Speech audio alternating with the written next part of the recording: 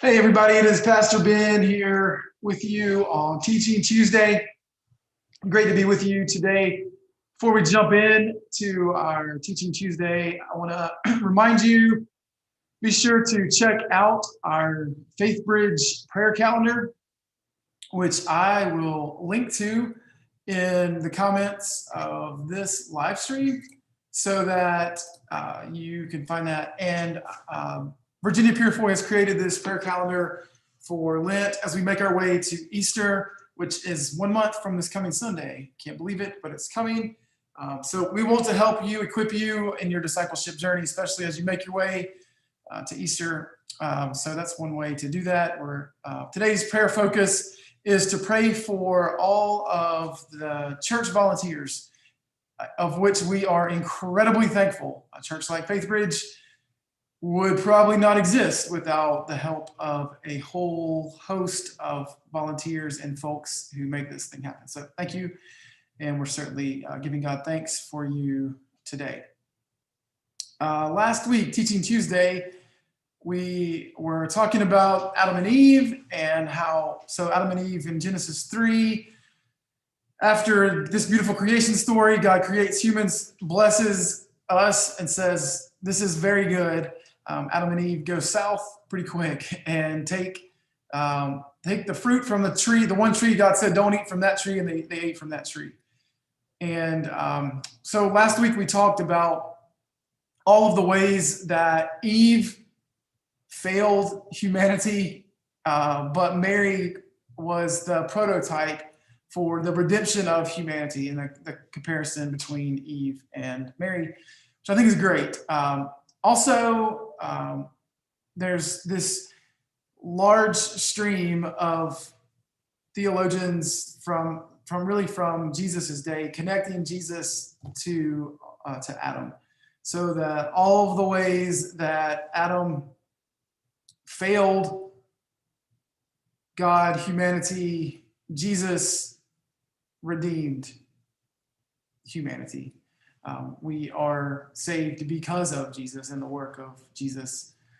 And so there's the line of thinking, Jesus then is the new Adam or the second Adam or the final Adam. So all of the ways that Adam introduced death into the world, Jesus brings life into the world.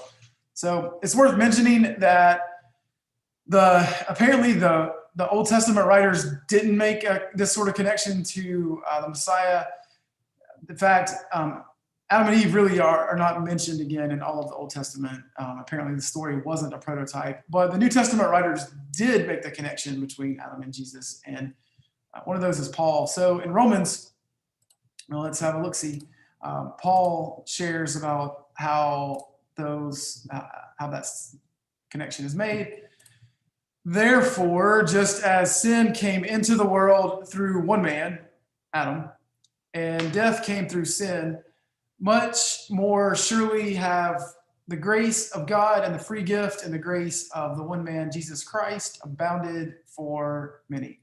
So Paul makes the connection pretty explicit and clear. Sin came into the world through Adam. Life comes into the world through Jesus Christ. And it's why we don't put our hope in Adam.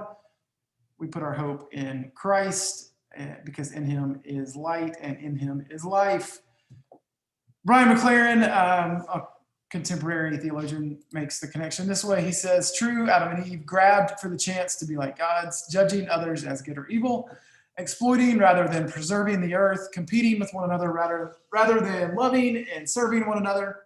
So Adam and Eve fail, Jesus doesn't. But Jesus didn't grasp at godlike status. He humbly poured himself out for others in service and suffering, even to the point of death.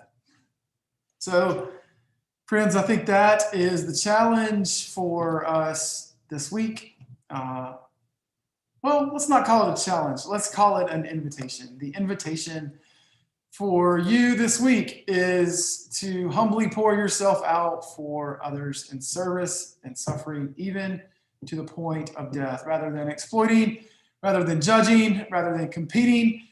That as we fix our eyes on Jesus, we allow ourselves to serve and love others. All right, friends, it is great to be with you today. I hope y'all are having a great week. And if I can be in prayer for you in any way, please let me know. Love to be in prayer with you and for you. So send me a message and we'll gladly do that. Otherwise, be reminded today that you are a child of God and that you are loved. And we hope to see you soon.